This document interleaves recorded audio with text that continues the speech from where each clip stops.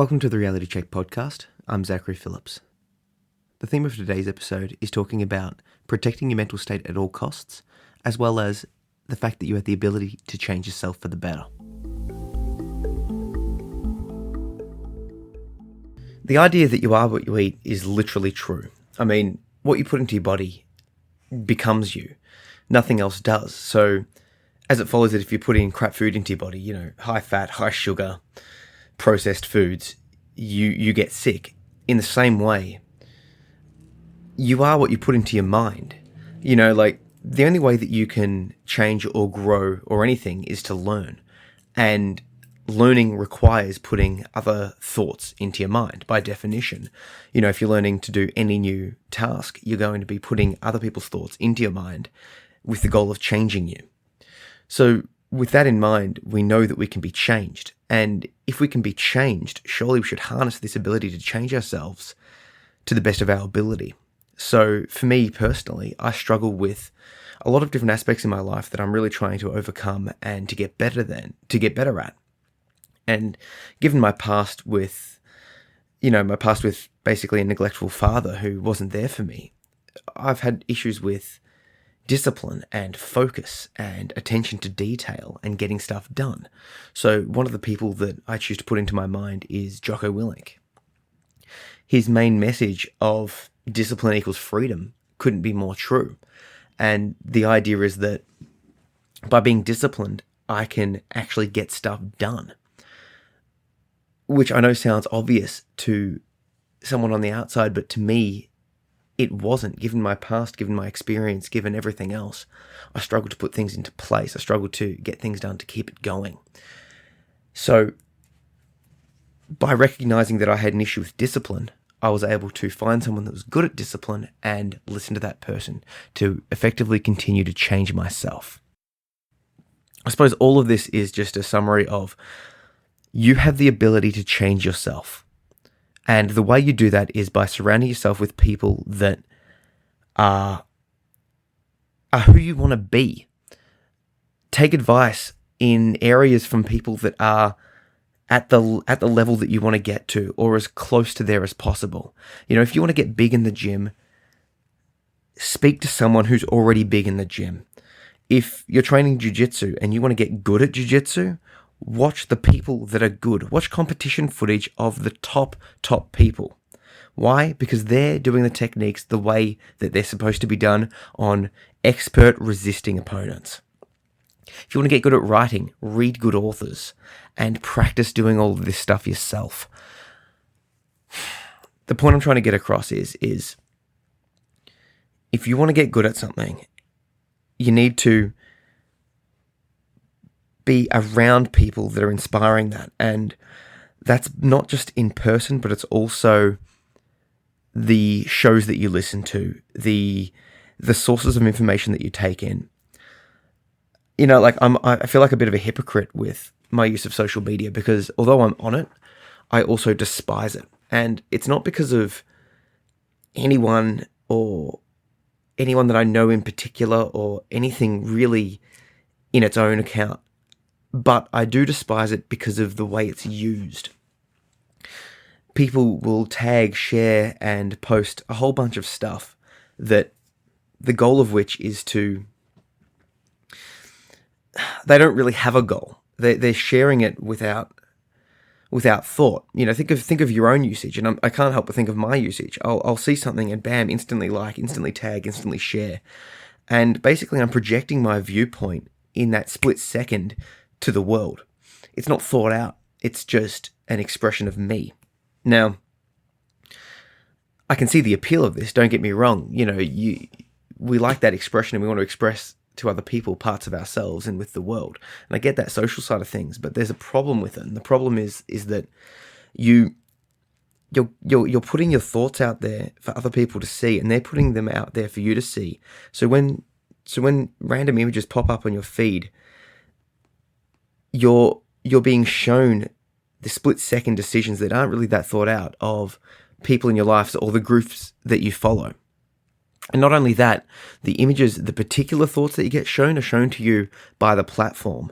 And if you think about what the platform's job is to make money. And how do they do that? They do that by advertisement revenue. How do they get the advertisement revenue? By keeping you on the site. If you stay on the site, they get money. So is the thing that's going to keep you on the site the best thing to put into your brain? I don't know. I've talked about it before, and images pop up in my feed. It might be of war or of death or of violence or of gratuitous sex or animals slaughtered or a bunch of stuff that is unappealing for me to have in my mind. Obviously, there's a place to know about the atrocities of the world, and I'm not saying to not be aware of what's going on, but what I am saying is to protect your mental state. If you turn on your phone in the morning, the first thing you see is something that brings you down, whatever that thing is, even if it's true, even if you know that you should, quote, should be seeing this or should know about it, should take action. If it's the first thing you see in the world and that thing that you see depresses you, man, I don't see the point. That really just gets to me. Because what are you actually doing to yourself? You're putting yourself in a position that you're letting the platform choose what you see. I guess with all this in mind, like I said, I feel like a hypocrite because I use social media. I do all of this sort of stuff, and I'm putting my content like this out on social media. And I find that that's kind of ironic, but it's not all bad. I mean, there are good uses to social media, and things and movements and all of that sort of stuff spread. So all I can say is, if you see anything, if you're enjoying what I'm saying, share it with someone, tag them and post them and direct their attention to it, and do it with some forethought and let them know that you're thinking about them. Don't just share and don't just use it like that in that mindless manner. Actually directly tag people. Tag people so it draws their attention to it. I see a lot of posts about acceptance and mental health awareness and all of that sort of stuff. And if you tag someone or share it with them, even privately, right? Private's better because it's not being shared with the world, so you can share stuff with people that they don't even want, that they wouldn't want shared with the world. Like if you know someone's depressed, private message them, send them a video, send them a post, send them a quote, and let them know that you're there for them. And that way it gets through the noise. It's not just mindless scrolling. There's a notification that pops up and they see it. If you just share, post something randomly on your feed, it might get lost. So if you see something that you like or that you reckon could help someone, make a connection and tag them. Tag them in this post if it's helping you. Take control of your mental state. Choose who you put into your mind and who you listen to. With that, be aware of social media and use it, but be aware of what it's doing and what it can do to you. And the same thing's true for the news. I was listening to a Tim Ferriss, I think it was one of his podcast episodes, or maybe the 4-Hour Workweek, his best-selling book, and he was saying that he doesn't listen to the news. And at first I was like, this is ridiculous, but he goes on and he says something along the lines of, nothing in the news has impacted me. And that if something was to be impactful, one of his friends or someone close to him would tell him the news. And at the first, I heard that and I'm like, oh yeah, that's so ridiculous. Of course the news impacts me. But then I did an experiment and I turned off the news for a week. And lo and behold, it was true. Nothing changed in my life. Nothing happened. Prior to that point, I was following the news, following all of the stuff that was happening in the world and getting upset about it. New politicians, new wars, new violence, new pollution, new ethical issues, new things happening, crime everywhere. But nothing happens that directly impacts me. I've never seen a news report ever that's had any impact upon my life. I'm not saying not to stay up to date with current affairs, but if you think of the news cycle, it's being presented to you in 24 hours. It's constantly going bang, bang, bang, bang, bang. So they're reporting over and over and over again. And what's their motivation? Their motivation is to make money, to share with you the news of the world and to trap you in there. Why do they want to keep your eyes on the screen? Because it gets them advertisement revenue. Now, they're obviously doing a service. They're sharing with you stuff about the world. And we need to know about the world in order to change it. I get that. But how are they making money? They're making money by expressing to you all of the negativity that's happening around the world, and they keep you trapped with fear. They keep showing you the same thing over and over and over again, and from different angles. Then they get different people in, and they want to keep the eyes on the screen. But if you step back and realize that nothing they're showing you actually impacts your life directly,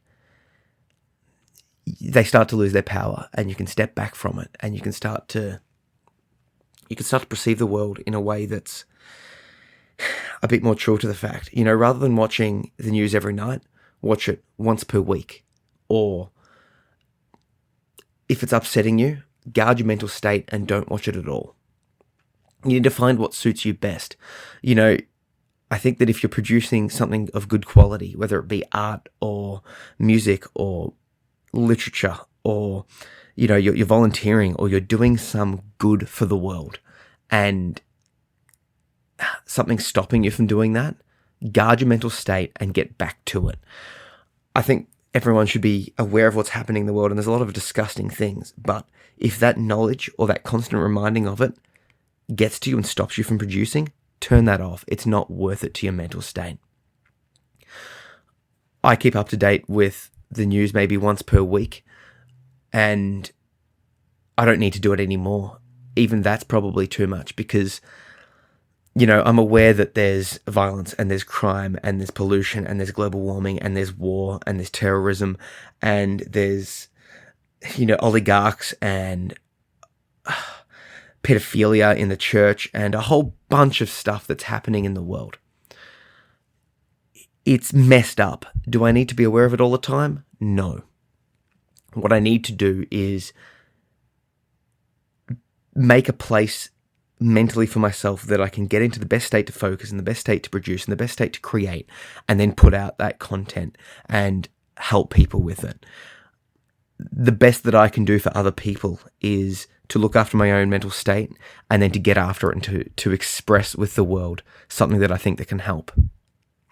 You can do that too.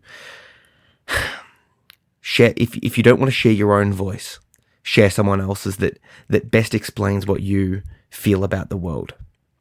So the podcast I'm listening to, and get these people on your phone and listen to them. And if you don't like them, that's fine. Move on. But for me, these are the ones that I like, and shout out to them all. Jocko Willink, Sam Harris, Dan Carlin, Daniele Bolelli, Tim Ferriss, Joe Rogan. Listen to their podcasts. They will change your lives. In terms of books, there's a bunch.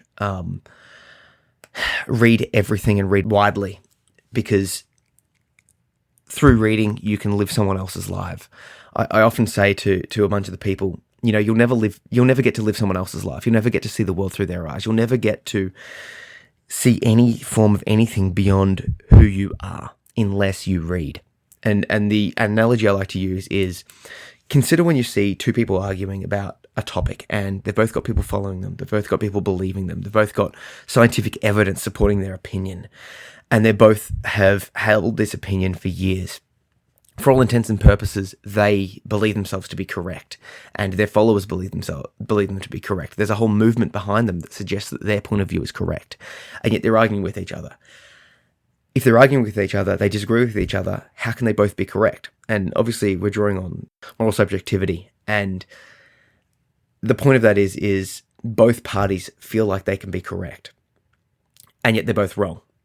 And what reading does is allow you to step back from that position and look at both perspectives and see that there's usually third, fourth, fifth, sixth options that both parties aren't considering. There's a lot of shades of grey to the truth. And you could see this for yourself when you look at some kids arguing about something that you know to be completely irrelevant. They're arguing, and they're making up points and issues, and they've got stuff going on that you can see from your adult perspective doesn't really matter. That's because you've got a wealth of experience that shows you that arguing over a toy the way that they are doesn't matter in the grand scheme of things. And I'm arguing that to truly understand the grand scheme of things, you need to step back and read widely, because through reading, you get to live another person's life. You'll never get to live my life. unless you read my book. I moved out of home at 15, and the reason I did that was because my father was basically heavily on drugs. He was never there to support me, and whilst he never touched me directly, the clientele that were in his house were another story. I faced physical and sexual assault that I'm still coming to terms with and dealing with. I'm still probing that in my mind and expressing it. A bunch of stuff happened in that household, but the worst of it was neglect. It was a lack of something, and that lack of something keeps coming up in my life because I keep seeing that. I keep seeing deficiencies in myself, and those deficiencies are so hard to overcome because I was never shown some things. I was never shown how to shave or to be brave or to focus on myself and how to grow myself. So every time something new comes up, I'm struggling to see my own truth. I'm struggling to see how to do anything, and I'm constantly left feeling bad and depressed and worried and anxious because I was never taught the skills of self-development. And every time one of these deficits is revealed, I feel horrible about myself. Now, why do I feel that? Because my father wasn't there for me. And, I ended up moving out of home to escape. I want to move from just survival to thriving now. I want to be better than I have been because I'm sick of just existing. And it's so hard to express what I feel in my head that I'm just trying to... I've constantly lived in this suppression and depression, and it's just so hard to move on. But the point is, if you read my story, if you pick up my book and check it out, I've called it Under the Influence, Reclaiming My Childhood, because that's what it is. It's a reclamation of the past. I want to take back ownership of my life. I want to be able to express what I felt in my mind all these years and open up myself from this silence. I'm just frustrated at a lack of a voice that I wasn't given. Now, obviously, I've got a lot of passion in this issue in my mind here, and I can't help but go back to what I was saying before. If you listen to me and you feel depressed and you feel worse after it, turn me off, shut me away, and just don't recommend it to anyone. But if you want to understand what it's like inside my mind, read my book. If you want to understand what it's like in other people's mind, read their books, because you can become anyone you want to be. If you find someone that's got deep level thinking in your area, read their books, because by reading their books, they'll change your mind. They'll get into your brain and put a different thought process in there. You get to see the world through their perspectives. You get to look at where they're coming from. I'm reading a book at the moment by Marcus Aurelius. He was a Roman emperor and basically the ruler of the world. Why that's important? Well, in my life, there is no way I'll ever become the ruler of the world. There is no way I'll ever meet someone that has ridiculous world-controlling stature. But I can read their books and I can get myself into their minds. Yes, some of it's propaganda, but a book like Meditations, it was literally his meditations. It was journals to himself. What that means is he's talking to himself and to no one else. He's talking to himself as a way to try and convince himself of what he should become and what he should be. Therefore, if you read something like that, read their meditations, listen to their words, and work out when they're talking to themselves, man, you could become something great because you're listening to greatness talk. And yes, you can look into his life and you can look into the life of any great person and see the flaws in them. And then you might want to go, oh man, he killed this many people. He did these horrible things. Therefore, I shouldn't listen to his words. You know what? Everyone's got sin. Everyone's got problems. Look at yourself. You have done bad things, thought bad thoughts, and been a lesser person than you could be. So until you get into the mind of someone else, you can't judge them. You need to walk a mile in their shoes. Someone like Marcus Aurelius, he would have done bad things in his life, but it's bad to your opinion. It's bad from your perspective. And yeah, he would have done some things that are probably legitimately evil, but who among us isn't evil? Who among us hasn't sinned? Who among us hasn't done things that we regret? So with that being said, listen to people that have come before us and learn from them. Find people that you want to be and become them. And that way you will get better. You'll change yourself and you'll become more than what you are.